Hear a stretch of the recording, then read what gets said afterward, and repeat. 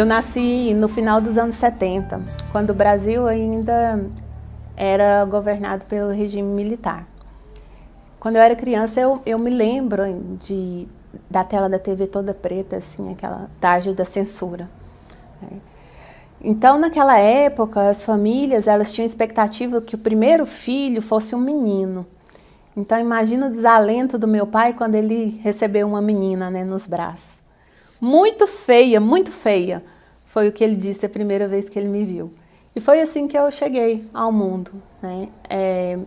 Minha mãe teve um parto prematuro com muitas dores e ela recebe esse feedback negativo do meu pai no momento em que ela mais precisava do apoio e do suporte dele. E essa história do meu nascimento, ela continuou fazendo parte das rodas de conversa e das brincadeiras da família. Mais tarde isso virou brincadeira, né? E toda vez que essa história vinha à tona, meu pai ele ficava visivelmente incomodado e ele expressava o arrependimento e se desculpava comigo, se desculpava com a minha mãe e ele se sentia exposto, né? Porque naquela circunstância, aquele movimento insensível que ele fez foi contra o que ele tinha de mais valioso nele. Ele era um pai amoroso, queria muito ser pai e constituir uma família com a minha mãe. Então, aquela atitude insensível não tinha a ver com os valores pessoais dele. Foi incongruente com os valores pessoais. Então, o que essa situação ilustra? Essa situação ilustra o poder, né, da consciência coletiva, que Durkheim explica que é essa imposição das regras sociais na vida do indivíduo e o impacto psicológico que a cultura ela tem na vida das pessoas, né? E quando nós nos deixamos levar por essa cultura, por essas regras sociais, nós temos uma vida cheia de escolhas que são feitas por todos, menos por nós mesmos. Do meu nascimento para cá, nós passamos por mudanças exponenciais de forma muito rápida. Entramos na era tecnológica e eu acredito que as pessoas que nasceram na minha geração, geração X, essas pessoas elas vão ser estudadas futuramente, porque nós vivemos em 3 mundos completamente diferentes, né? O mundo que veio antes, o durante e o depois da revolução tecnológica. Então, nós vivenciamos coisas que é impossível de se explicar para essa nova geração, né? Como é que você vai explicar para um adolescente hoje que era necessário você sintonizar a televisão colocando uma palha de aço na antena? Uma bucha de bombril na antena da televisão para sintonizar o áudio e a imagem da TV. Não tem como você explicar isso. E um LP, né? Muita gente nunca viu um LP, um disco de vinil, que a gente usava uma radiola para tocar esse disco. Então colocava o disco ali e descia um braço com uma espécie de agulha na ponta e essa agulha raspava ali no disco e fazia um chiado e aí depois começava a música. Então para ouvir a música, primeiro a gente tinha que ouvir esse chiado. E esses chiados são os chiados do nosso passado. E esses chiados, eles são chiados lá do passado, né? Apesar de viver no mundo moderno, tecnológico, muito melhor do que o que minha mãe ou que a minha avó viveram, né? Do que as mulheres que vieram antes de nós. Hoje nós temos mais opções de escolha, de trabalho, de profissão, de educação. Mas esses chiados lá do passado, com aquelas mensagens de não fale, não ouça, não veja, seja invisível, eles ainda estão muito presentes em nós, né? Eu consigo me lembrar, por exemplo, das mensagens contraditórias da minha família, né? Minha mãe, quando a gente ia sair, e ela me arrumava e dizia, olha, quando chegar lá, você fica quietinha, caladinha, comportadinha e fecha as pernas igual mocinha.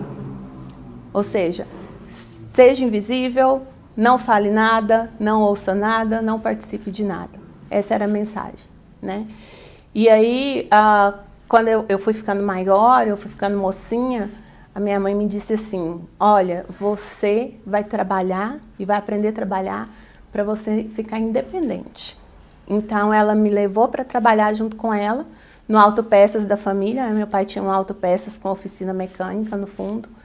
Então, apesar de ser um ambiente predominantemente masculino, meu pai fazia questão que eu e minha mãe trabalhássemos com ele. E minha mãe fazia questão que eu fosse independente, aprendesse a trabalhar e fosse independente.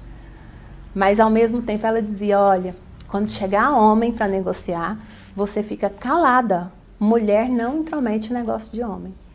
E até hoje eu me lembro da minha mãe fazendo assim, né, pedindo silêncio para eu não intrometer na conversa dos homens.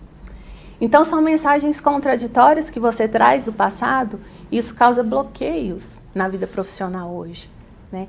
Como é que uma mulher que vai ser independente não vai aprender a negociar com homens?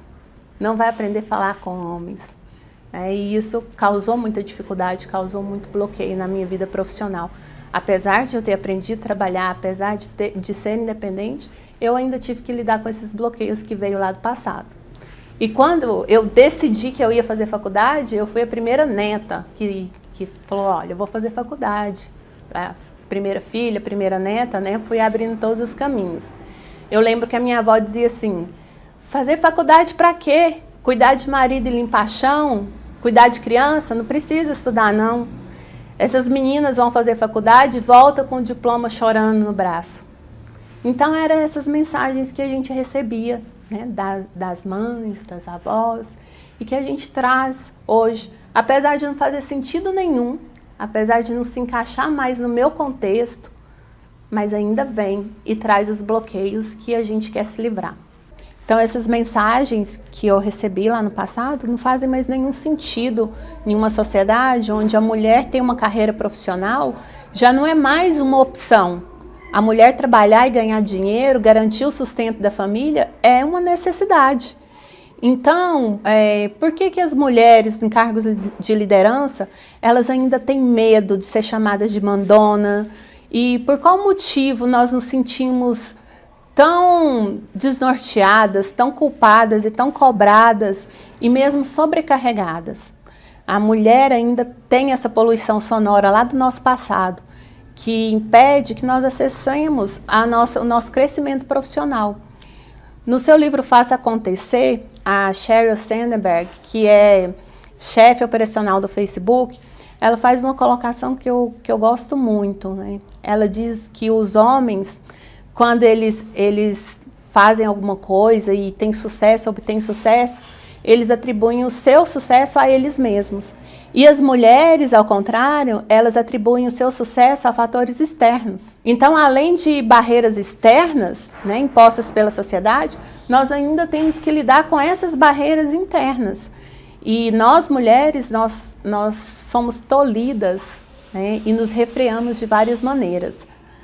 Em coisas grandes, em coisas pequenas, por falta de autoconfiança, por não levantar a mão, né, quando a gente devia falar e expressar nossas ideias, por recuar quando nós deveríamos acontecer. Nós interiorizamos essas mensagens negativas que nós ouvimos lá ao longo da nossa vida. As mensagens de que era errado falar, né, falar as coisas sem rodeio, ser assertiva, é errado mulher ter iniciativa, que é errado a mulher ser mais poderosa, se mostrar mais poderosa do que os homens, que é errado a mulher estar na frente do marido. Então, cada fala tentando diminuir o nosso valor, elas precisam ser silenciadas. E isso está longe de ser uma tarefa fácil. Mas como que nós vamos fazer para conseguir isso?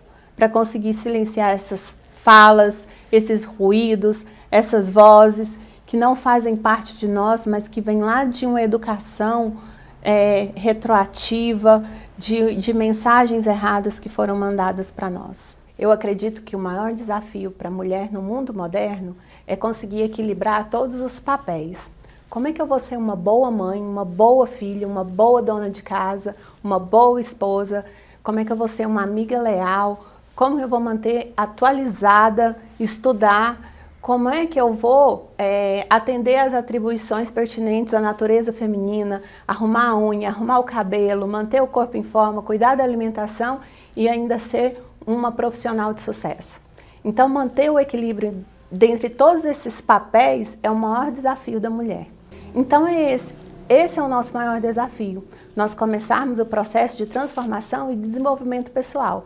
E esse processo de autoliderança começa com uma ação um movimento de individuação. Nós temos que começar a nos projetar, a nos movimentar em direção àquilo que nós escolhemos para a nossa vida. E para isso, existem 5 passos fundamentais. Primeiro passo é: mate aquilo que tem que morrer dentro de você. Isso mesmo. Respeite a sua natureza feminina. Respeite o ciclo de vida, morte e vida. Quando nós matamos aquilo que tem que morrer dentro de nós, nós damos oportunidade de nascer algo novo e muito melhor. Então, mate aquelas velhas crenças que não servem mais para nada, mate aqueles comportamentos, aquelas atitudes, aquelas regras e aqueles valores que estão te aprisionando. Mate aqueles relacionamentos que estão te causando dor e sofrimento. São os relacionamentos tóxicos que só te causam dor e sofrimento. O Roberto Chiniachik, um famoso psiquiatra e também mentor empresarial, no tocante ao relacionamento, ele diz assim: olha, rasgue o cheque. Simplesmente rasgue o cheque. E o que significa rasgar o cheque? Rasgar o cheque significa perdoar a dívida, deixar aquilo que aconteceu lá atrás e focar na sua alta performance, no seu autodesenvolvimento. Mate o que tem que morrer, rasgue o cheque, deixe tudo o que aconteceu lá para trás, perdoe essa dívida e foque no seu autodesenvolvimento. O segundo passo é: acredite na sua história, acredite e se conecte com a sua história. A nossa história pessoal, a história da nossa vida é aquilo que diz quem nós somos. E o que nós fazemos? Nós estamos sempre distraídos, prestando atenção e nos conectando à história do outro. É isso que a gente faz quando a gente está lá nas redes sociais.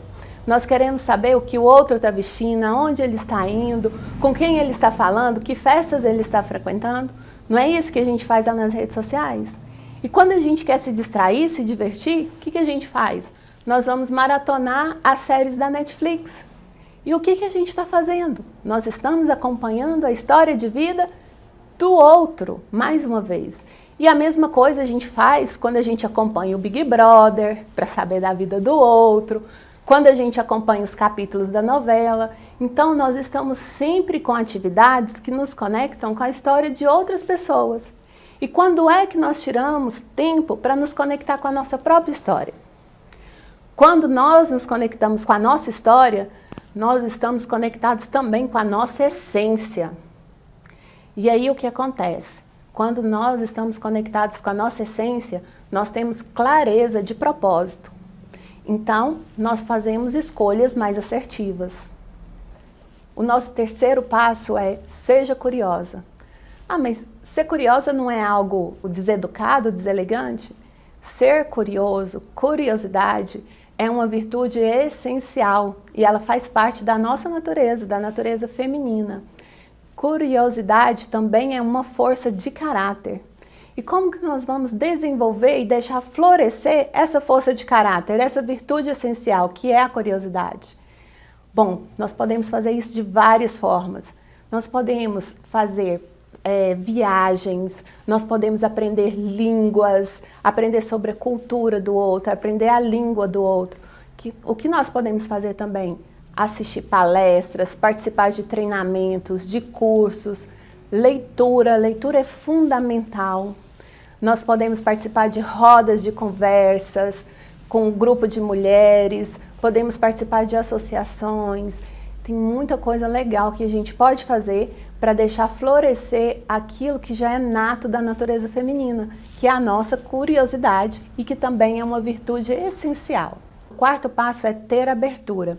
E ter abertura é estar aberto para aprender o novo, né? Ter abertura também significa que você não tem o controle de tudo. E você precisa estar aberto para situações inconvenientes, para aquilo que você não está esperando e para aquilo que você não tem o controle. Para que nessas circunstâncias você também tenha abertura para pedir ajuda, né? Ajuda para as pessoas que pensam diferente de você, que agem diferente de você, que se vestem diferente de você, que têm ideias diferentes de você. E para pedir essa ajuda, precisa ter abertura e suspender o julgamento. Então, ter abertura envolve todos esses aspectos. Está aberto para o aprendizado novo, está envolvido suspender o julgamento de ideias, de pessoas, de valores diferentes do seu, entender que nós não temos o controle de tudo. O quinto passo é ser autorresponsável. A autorresponsabilidade ou poder da ação é o primeiro passo de todo o manual de sucesso. Todos os livros que vão indicar o caminho para o sucesso, eles começam pela ação, ou seja, pela autorresponsabilidade, por você assumir as rédeas daquilo que é importante para você. Se aquilo te afeta, então o problema é seu. Como é que nós vamos resolver? Sendo proativos. E o que é proatividade? Proatividade é agir antes. Agir antes, ser proativo, é um dos primeiros hábitos das pessoas altamente eficazes. Então, assumir a responsabilidade, agir rápido, sendo proativo, também vai te ajudar a chegar onde você quer chegar. Bom, esses 5 passos, eles garantem o nosso autodesenvolvimento e também uma vida plena, cheia de certezas das nossas escolhas. O que nós podemos fazer ainda? Silenciar todos os barulhos externos e nos conectar com a nossa essência feminina. Respeitar os nossos ciclos de vida, morte e vida. E se manter curiosa. Ouça a sua própria voz, ouça a sua história. Mantenha-se conectado com a sua história, com a história de quem você é. Quando nós nos conectamos com quem nós somos, nós temos clareza do nosso propósito. E nós podemos manter as rédeas da nossa vida nas nossas mãos. Nunca cale a sua voz. Se for necessário, componha a sua própria música. De hoje em diante, qual é a música que você quer escutar?